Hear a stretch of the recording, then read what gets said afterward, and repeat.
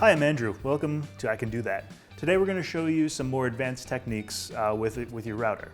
So we have been using a fixed base trim router, but we're going to introduce the plunge base. A lot of times you can buy a router that comes with a fixed and a plunge base. So we're going to talk about that, and we'll also introduce a little bit more powerful plunge router. Now you're maybe asking yourself, why do I want a plunge base for my router?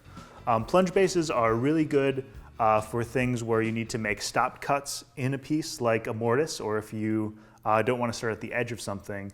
Plunge bases are also really good for routing things in multiple passes if you're doing thick cuts with your router. So stay tuned for more on plunge routers, and we'll start building our first jig here. To make a mortise, one of the best ways to do it is using a plunge router. The theory behind it is pretty simple. You've got your router on top of your piece, and you plunge in to make your mortise.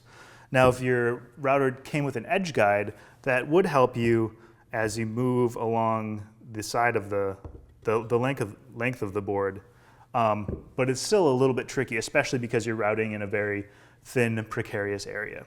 So we're going to build a little jig that'll help you route mortises to your heart's content. So our mortising jig is really just made up of a few pieces. We've got 2 pieces of hardwood that are going to serve as our fences. These are 3/4 inch maple, but you can use any hardwood you have on hand. And then our base plate is a piece of 3/4 inch plywood.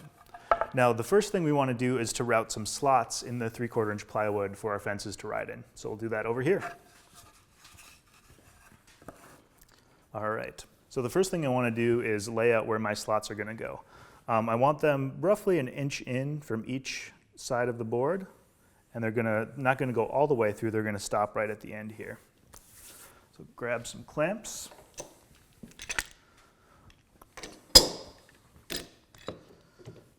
Clamp this down.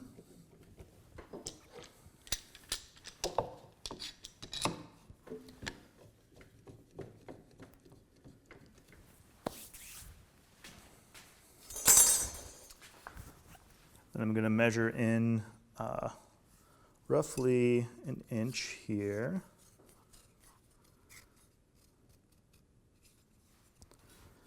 Just to help me align things. And then I'm going to leave about 2 inches at the back of the slot we're cutting.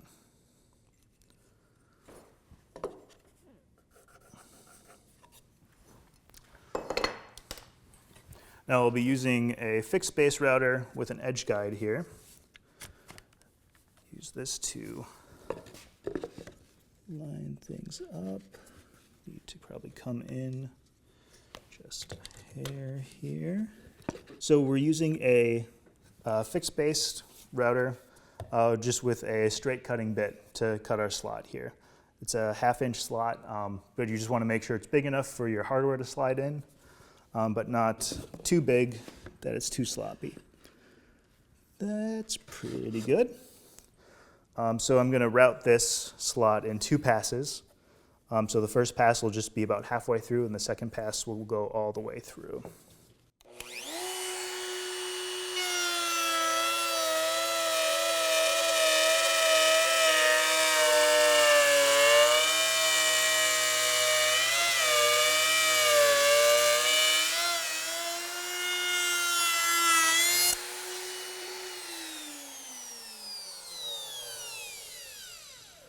And then we're going to adjust down so our router goes all the way through.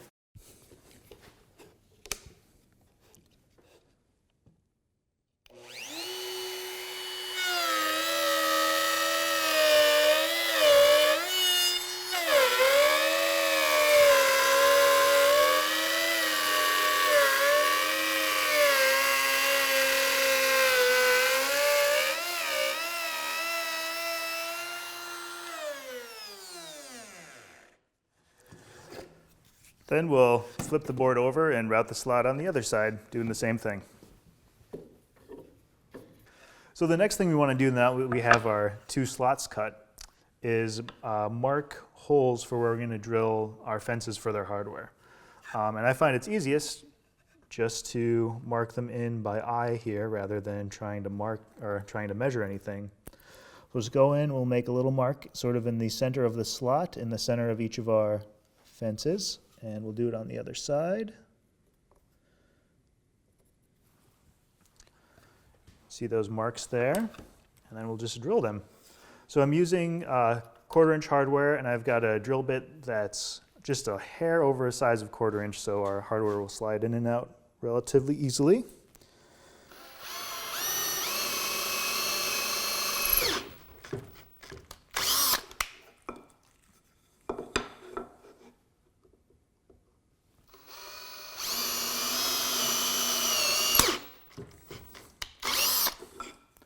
Not sure why that drill from the other side too.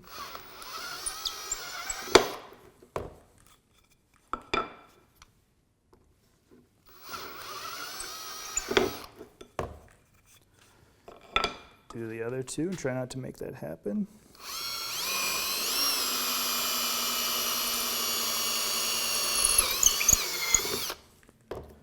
Better.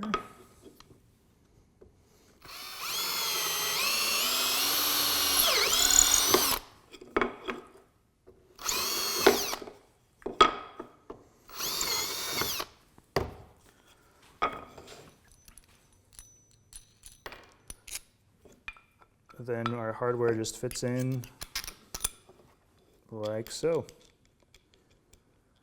There we go.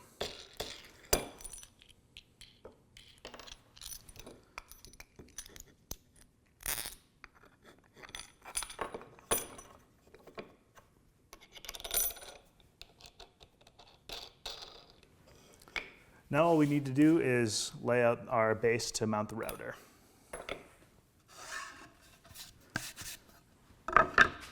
I do this on the top of the base, and we also want to make sure we've got enough room on the sides for the fences to slide.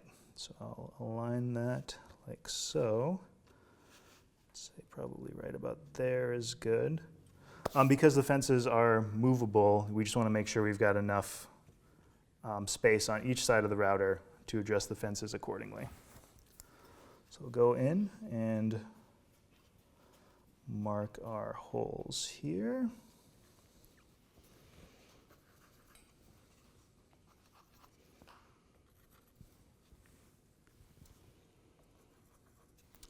Again, I'm using the original router base to lay out my marks. Very easy.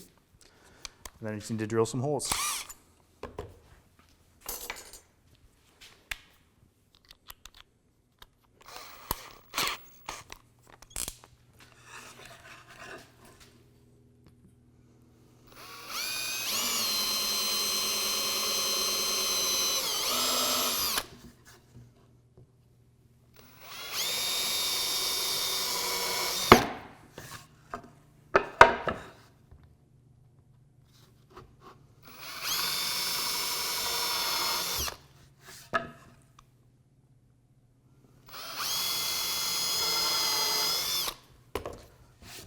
And I'm going to come back on the back side and do a nice big countersink to make sure my screws are recessed.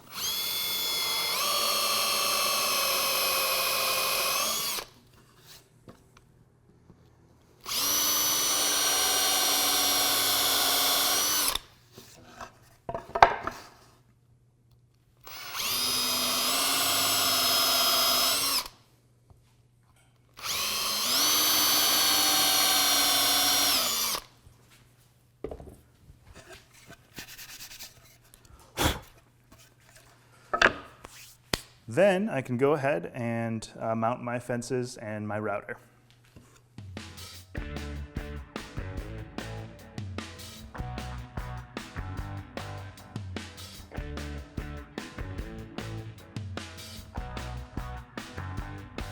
So now that we've got our base attached, I'm going to flip this over and just plunge the router a hair to mark the center of where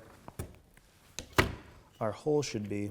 Then we'll be drilling a larger hole to make sure we can see inside where the router bit is going and we're able to line up our mortise correctly. So we're going to be using a Forstner bit to drill a bigger hole in the center of our base here. You could use a spade bit if you have them. Forstner bits are really nice. That's why we're using Forstner bits. So we're gonna drill about 1.25 inch hole, depending on what size bit you have. Basically, you want to make sure it's bigger than the router bit you're using so you can see inside the hole to line up your mortise as you cut it.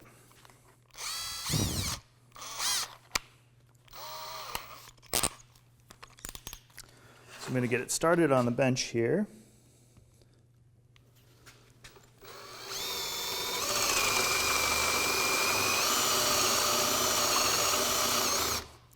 Then once I've got the hole started, I'm going to back off the bench here so I can drill all the way through.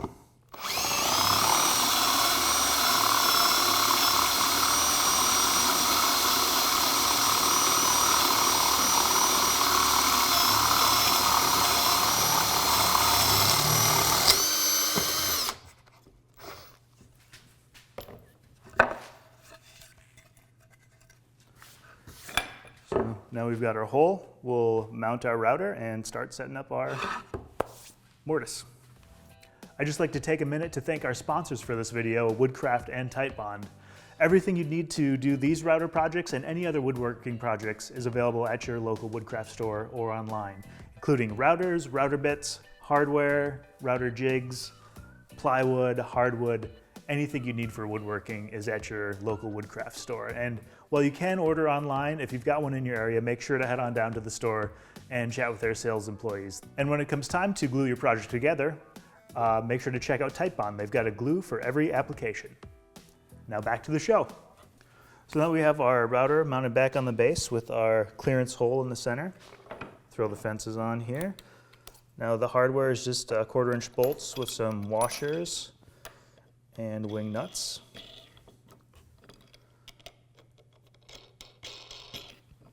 Slide the first fence on here. There's the first one. Just tighten that a little bit to keep it from moving too much. And then we'll pop our second one on here.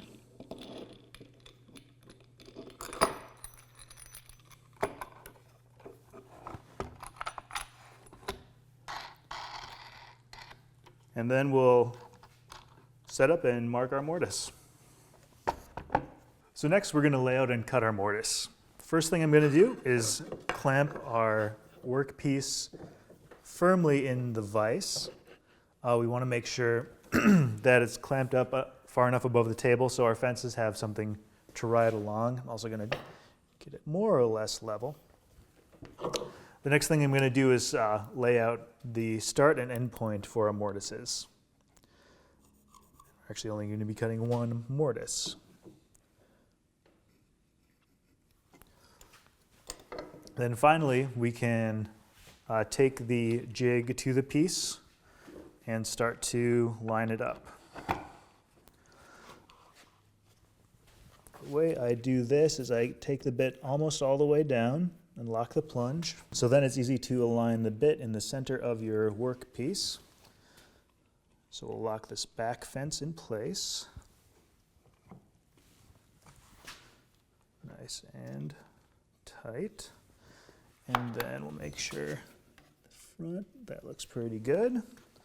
Lock the front fence in place.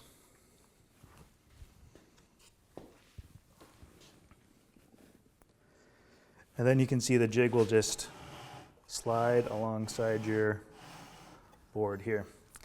So the first thing we're going to do is make a full depth plunge of the mortise at the front and at the back.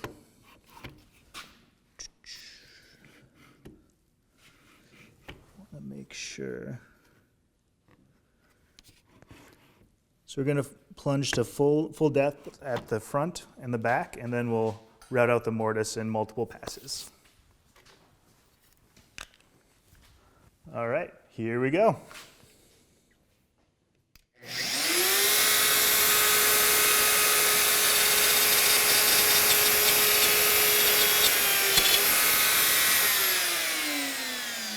We'll come back and plunge the mortise in the back here.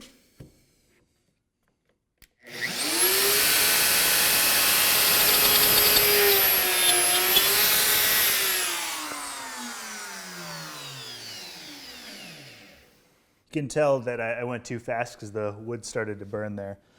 So now we're just going to plunge about 1/3 of the way into our mortise and lock it and move forward here.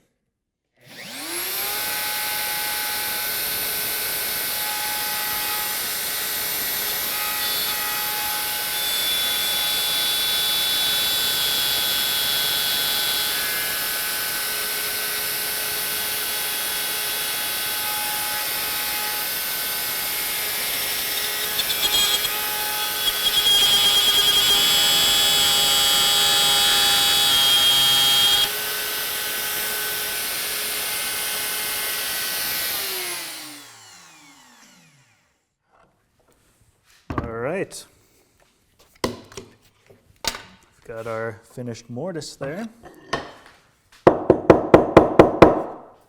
There you have it, our nice clean mortise. So now that you've made a mortise with a router, you should learn how to make a tenon with a table saw. So my buddy Dave will show you how to do that in the video linked down below. Thanks for watching.